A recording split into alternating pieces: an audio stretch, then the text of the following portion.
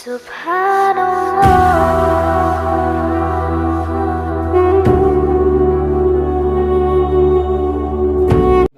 کے اس دنیا میں بے شمار نظارے ہیں اور خود انسان کا وجود اللہ رب العزت کی قدرت کی ایک بہت بڑی دلیل ہے۔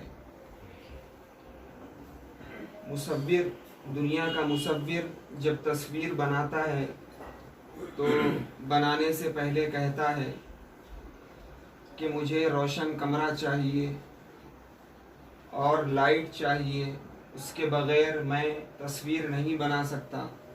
اگر لائٹ چلی جاتی ہے تو میں تصویر نہیں بنا سکتا۔ تو یہ دنیا کا مصور ہے کہ جسے تصویر بنانے کے لیے لائٹ کی ضرورت ہوتی ہے اور روشن کمرے کی ضرورت ہوتی ہے، لیکن اللہ رب العزت ایک ایسا مصور ہے جو روشنی میں نہیں بلکہ اندھیرے میں بناتا ہے، اندھیرے میں نہیں بلکہ اندھیروں میں بناتا ہے۔ شکم مادر کا اندھیرا، جھلی کا اندھیرا، رحم کا اندھیرا۔ اللہ رب العزت وہ ایسا مصور ہے، اس دنیا کے مصور کو تصویر بنانے کے لیے روشن کمرہ چاہیے، لیکن خدا وہ ایسا مصور ہے کہ وہ صرف اندھیرے میں نہیں بلکہ اندھیروں میں بناتا ہے۔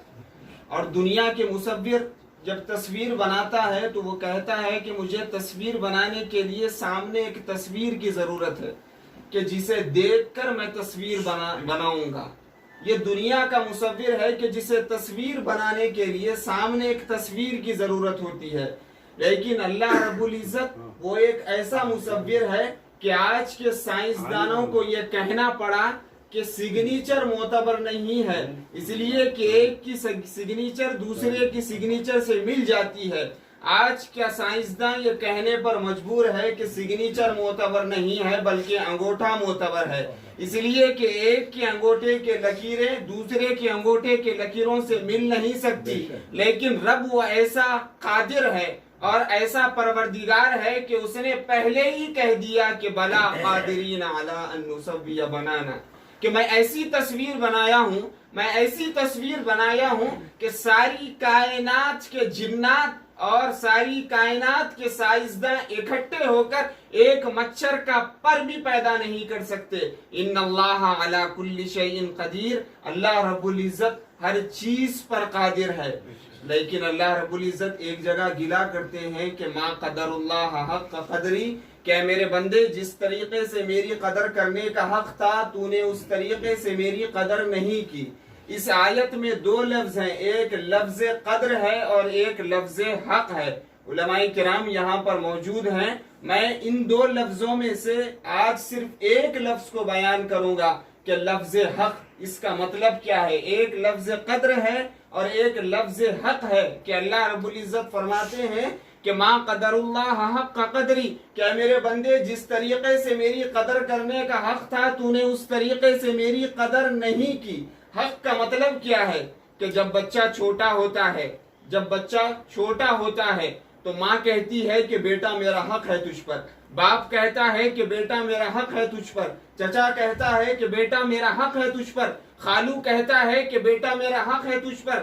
لیکن جب بچہ تھوڑا سا بڑا ہو جاتا ہے اور اس کے اندر عقل آ جاتی ہے اور اس کے اندر شعور آ جاتا ہے اور وہ جوانی کی دہلیز پر قدم رکھتا ہے تو وہ اپنے چچا سے کہتا ہے کہ چچا میں نے تیرا حق پہچان لیا، خالو میں نے تیرا حق پہچان لیا، باپ میں نے تیرا حق پہچان لیا، تیری عزت کروں گا، تیرا ادب کروں گا، ماں میں نے تیرا حق پہچان لیا، تیری عزت کروں گا، تیرا ادب کروں گا۔ اللہ رب العزت عرشوں سے آواز لگا کر کہتے ہیں کہ اے میرے بندے تو نے سب کے حق پہچان لیے، میرا حق بھی پہچانا ہے کہ نہیں پہچانا ہے؟ مجھے پہچان میں کون اللہ۔ وَلَقَدْ خَلَقْنَا الْإِنسَانَ مِنْ سُلَالَةٍ مِّن طِينٍ ثُمَّ جَعَلْنَاهُ نُطْفَةً فِي قَرَارٍ مَّكِينٍ ثُمَّ خَلَقْنَا النُّطْفَةَ عَلَقَةً فَخَلَقْنَا الْعَلَقَةَ مُضْغَةً فَخَلَقْنَا الْمُضْغَةَ عِظَامًا فَكَسَوْنَا الْعِظَامَ لَحْمًا ثُمَّ أَنشَأْنَاهُ خَلْقًا آخَر فَتَبَارَكَ اللَّهُ أَحْسَنُ الْخَالِقِينَ، کہ اے میرے بندے تو کچھ بھی نہیں تھا،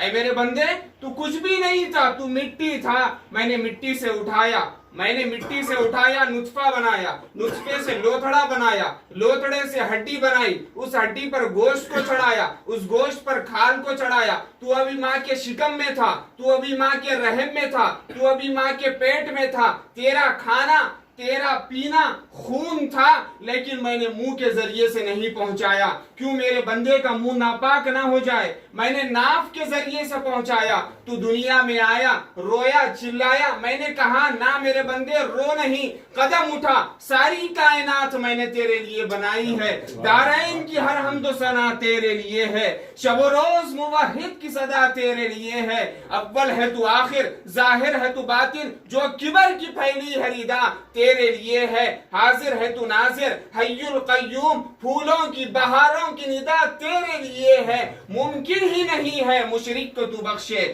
قرآن کے دعوت کی صدا تیرے لیے ہے. لہو دعوت الحق, تجھی سے ابتدا ہر چیز کی ہے, منتہا تو ہے. ازل سے ابد بے ابتدا انتہا تو ہے. تو ہی اول تو ہی آخر, تو ہی ظاہر تو ہی باطن, تجھی کو حمد زیبا ہے. ہم سب کا خدا تو ہے, بقا تجھ کو فنا مجھ کو, ثنا تیری زباں میری, میں فانی بے بقا ہوں, ذات باقی لا فنا تو ہے. تو واجب ہے تیری تعریف, ممکن سے ہے ناممکن, تو ہی رب العلا ہے, عقل سے ماورا تو ہے. مجھے حیرت ہے کس طرح تیرا انکار کرتے ہیں, جدھر دیکھوں جہاں دیکھوں وہیں جلوہ نما تو ہے. خدایا تیرا نور چمکتا ہے تاروں میں, میں نے دیکھا ہے. خدایا تیری مہک پھیلی ہے گلزاروں میں, میں نے دیکھا ہے. نام رکھتا ہے تیرا باغ میں پتا پتا, سنگ ریزے تیرا دم بھرتے ہیں کوثاروں میں, میں نے دیکھا ہے. دودھ پیتے ہوئے بچے بھی نہیں ہیں خاموش, تیری معصوم ثناخانی ہے گہواروں میں, میں نے دیکھا ہے. اے مولا میں نے تجھے دیکھا ہے قرآن کے پاروں میں, آقا کے اشاروں میں, معصوم پیاروں میں, ایما کے سواروں میں. اے مولا میں نے تجھے دیکھا ہے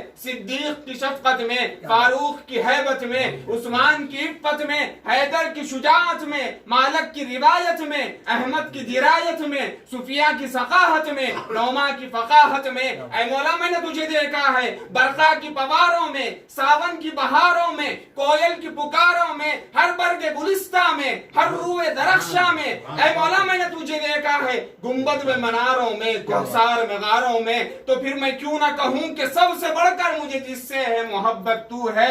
میری توحید پرستی کی حقیقت تو ہے, میرا خالق, میرا مالک, میرا معبود ہے تو, میرا ایمان, میرا دی, میری شریعت تو ہے. میں کسی اور کو مشکل میں پکاروں کیوں کر, جب رگے جان سے بھی نزدیک ودیت تو ہے.